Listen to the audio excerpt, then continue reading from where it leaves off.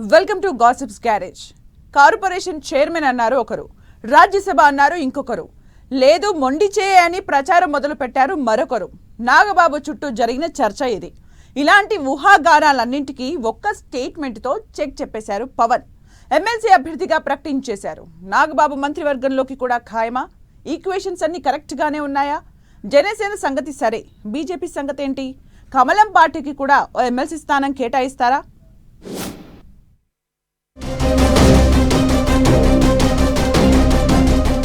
ఊహాగానాలకు check. Nagababu line clear.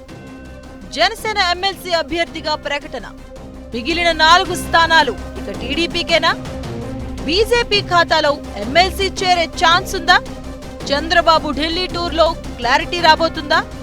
ఏపీలో MLA కోటాలో 5 స్థానాలకు ఎమ్మెల్సీ ఎన్నికలు జరగబోతున్నాయి.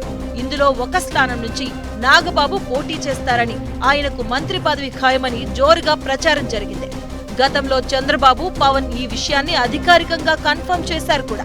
అయితే 2 రోజులుగా నాగబాబుకు ఎమ్మెల్సీ పదవి ఇవ్వట్లేదని, దాని బదులు కార్పొరేషన్ చైర్మన్ పదవి ఇస్తారని కొందరు, రాజ్యసభ ఎంపీగా పంపిస్తారని మరికొందరు ప్రచారాన్ని మొదలుపెట్టారు.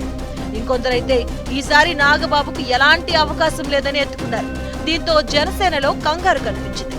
కట్ చేస్తే ఈ ప్రచారానికి ఒక్క స్టేట్మెంట్ తో పవన్ ఫుల్ స్టాప్ పెట్టేశారు. నాగబాబును అధికారికంగా జనసేన ఎమ్మెల్సీ అభ్యర్థిగా ప్రకటించారు. 2 రోజులుగా నాగబాబుపై రకరకాల కథనాలు వినిపించాయి. నాగబాబుకి ఈసారి కూడా మొండి చెయ్యే అనే ప్రచారం కూడా తెర మీదకొచ్చింది. జనసేన స్టేట్మెంట్ తో అన్ని రకాల ఊహాగానాలకు చెక్ పడింది. నాగబాబుకు లైన్ క్లియర్ అయింది. నిజానికి నాగబాబు గత సార్వత్రిక ఎన్నికల్లో అనకాపల్లి పార్లమెంట్ నుంచి పోటీ చేయాలి అనుకున్నారు. అయితే చివరి నిమిషంలో ఆ స్థానాన్ని బీజేపీ తీసుకుంది. సీఎం రమేష్ కు కేటాయించింది. దీంతో నాగబాబును రాజ్యసభకు పంపిస్తారని భావించారు. అయితే అది కుదరలేదు.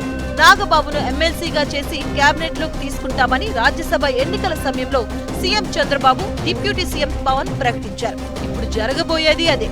నాగబాబును ఎమ్మెల్సీగా ఎన్నుకున్న తర్వాత మంత్రివర్గంలో ఆయనకు చోటు కల్పించబోతున్నారని తెలుస్తుంది. అయితే ఆయనకు ఏ శాఖ కేటాయిస్తారు అనేది హాట్ టాపిక్ అవుతుంది.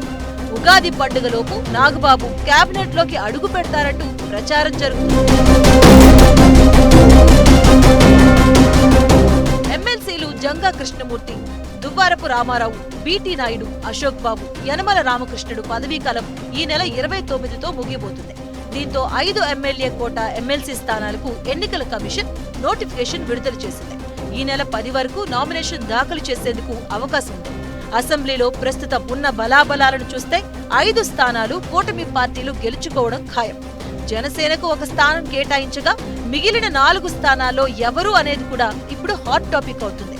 కూటమి పార్టీల్లో ఎమ్మెల్సీ సీట్లను ఆశిస్తున్న వాళ్ళ సంఖ్య భారీగానే కనిపిస్తుంది. దీంతో ఈ స్థానాల్లో ఎవరికి అవకాశం దక్కబోతుంది? టీడీపీ ఖాతాలోనే 4 చేరతాయా, లేదంటే బీజేపీ ట్విస్ట్ ఇస్తుందా అనే ప్రచారం కూడా నడుస్తుంది. పిఠాపురంలో పవన్ కు సీటు త్యాగం చేసిన వర్మ, మైలవరంలో వసంత కృష్ణ ప్రసాద్ కోసం పక్కకు జరిగిన దేవినేనితో పాటు రాయలసీమ నుంచి కీలక నేతలు, సిట్టింగ్ ఎమ్మెల్సీలు కూడా ఈసారి రేసులో ఉన్నట్లు ప్రచారం జరుగుతుంది. 4 సీట్లకు టీడీపీలో 10 రెట్ల పోటీ కనిపిస్తుంది అన్న టాక్ వినిపిస్తుంది. ఇలాంటి టైంలో ఆ 4 స్థానాల్లో ఒకటి బీజేపీ కూడా ఆశిస్తుంది అన్న ప్రచారం జరుగుతుంది. గతంలో రాజ్యసభ ఎంపీల వ్యవహారంలో 2 టీడీపీ ఖాతాలో చేరగా 1 బీజేపీ తీసుకుంది.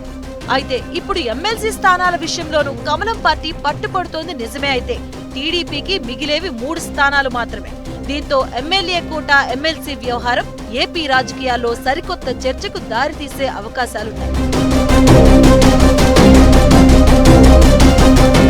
ఎమ్మెల్యే కోట ఎమ్మెల్సీ సీట్ల వ్యవహారం ఇంట్రెస్టింగ్ గా మారిన వేళ సీఎం చంద్రబాబు ఢిల్లీ పర్యటన మరింత ఆసక్తి రేకెత్తిస్తుంది. కేంద్రం పెద్దలతో ఎమ్మెల్సీ స్థానాల వ్యవహారం చర్చకు వచ్చే ఛాన్స్ ఉందా?